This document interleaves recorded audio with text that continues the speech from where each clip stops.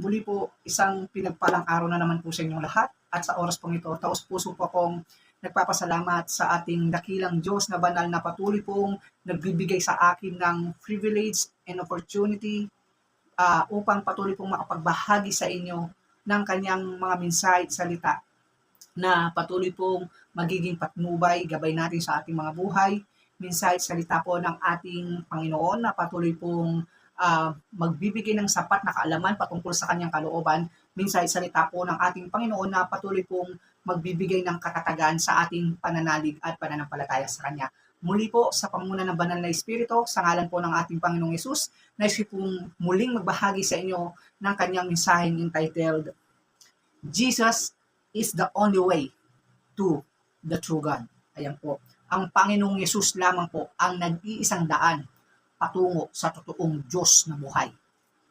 Sa mensaheng ito, nais ipabahagi po ng ating Panginoong Diyos sa atin ang isa sa mga pinakamahalagang bagay kung bakit kailangan natin ang Panginoong Yesus sa ating buhay.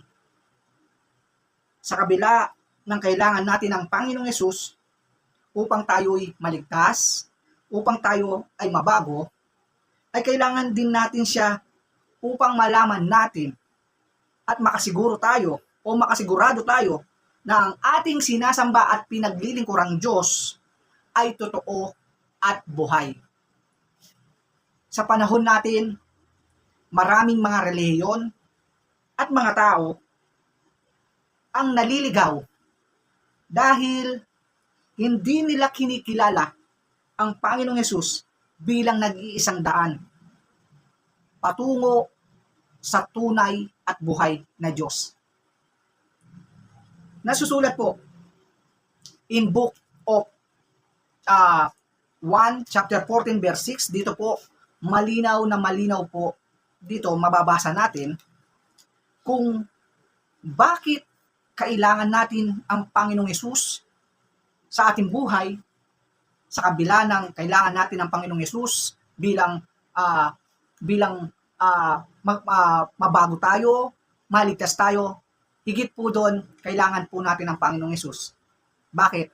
Upang patuloy po nating malaman na tayo ay nasa totoo at buhay at makapangyarihang Diyos. Nandito po, John 14:6, ito po, napaka kilalang verse po sa Bible na ito na dapat pong panghawakan natin na tanging si Jesus lamang ang nag-iisang daan patungo sa ating Diyos Ama. John 14:6, ganito po ang nasusulat sa book of John. Ganito po ang nasusulat, John 14:6. Sumagot si Jesus, ako ang daan, ang katotohanan at ang buhay.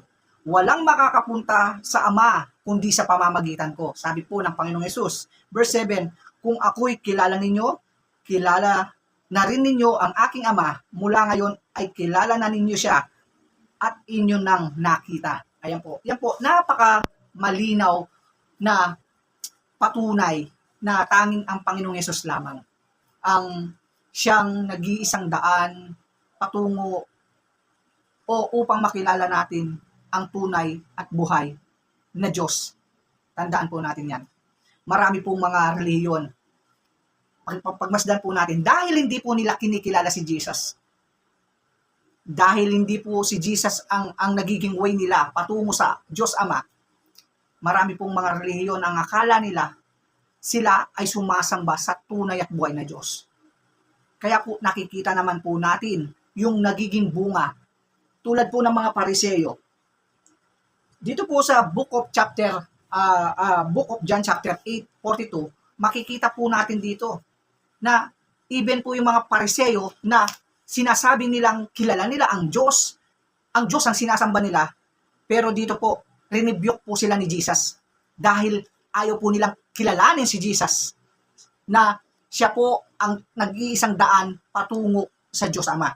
Ito po sa John 8:42, ganito po ang nasulat. John 8:42 and 44. Ganito po ang nasusulat. John 8:42. Sinabi ni Jesus, kung talagang ang Diyos ang inyong Ama, iniibig sana ninyo ako sapagkat sa Diyos ako nanggaling, hindi ako naparito sa sarili kong kagustuhan, kundi isinugo niya ako. Sabi po ng ating Panginoong Hesus dito sa verse 42, tatalon po tayo ng verse 44. Ito po ang pagre-rebuke ng ating Panginoong Hesus sa mga Pariseo. Ang dyablo ang inyong ama at ang gusto ninyong gawin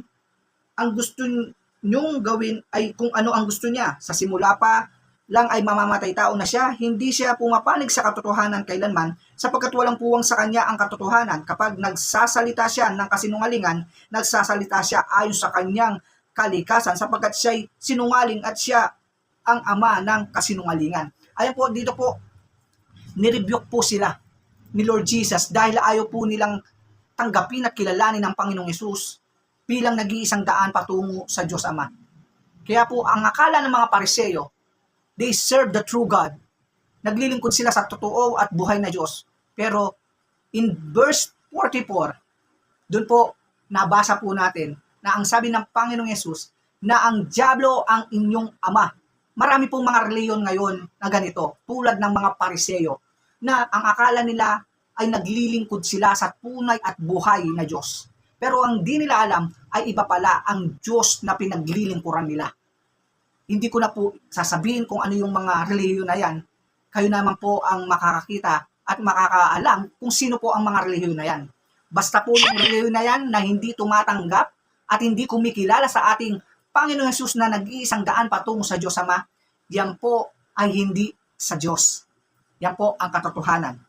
Kaya po, to be close, mga minamahal kong kaibigan, walang ibang daan upang makilala natin ang tunay at buhay na Diyos, kundi ang Panginoong Hesus lamang. Ito po ay nasusulat din sa book, 1 chapter 5 to 20 to 21. Dito po, malinaw na malinaw. Ito po ang panghawakan nyo. Kayo na nananalig sa ating Panginoong Hesus, ito po ay isang verse na dapat nyong panghawakan din. First, John chapter 5:20, ganito po ang nasusulat. At nalalaman nating naparito na ang anak ng Diyos at binigyan niya tayo ng pangunawa upang makilala natin ang tunay na Diyos. Ano daw po? Naparito daw po ang ating Panginoong Hesus upang bigyan po tayo ng pangunawa at makilala ang tunay na Diyos.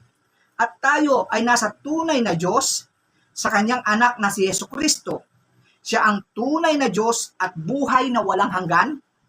Mga anak, lumayo kayo sa mga Diyos-Diyosan. Ayan po, napakalinaw po ng verse na to, ng 1 John chapter 5:20. Napakalinaw po. Ito po ang verse din na pinanghahawakan ko sa mga taong hindi po nananalig at naniniwala na si Jesus ay siya po ang nag-iisang daan upang makilala natin ang tunay at buhay na Diyos. Kaya po, mga minamahal kong mga kaibigan, patuloy po tayong magtiwala at patuloy po tayong manalig sa ating Panginoong Hesus.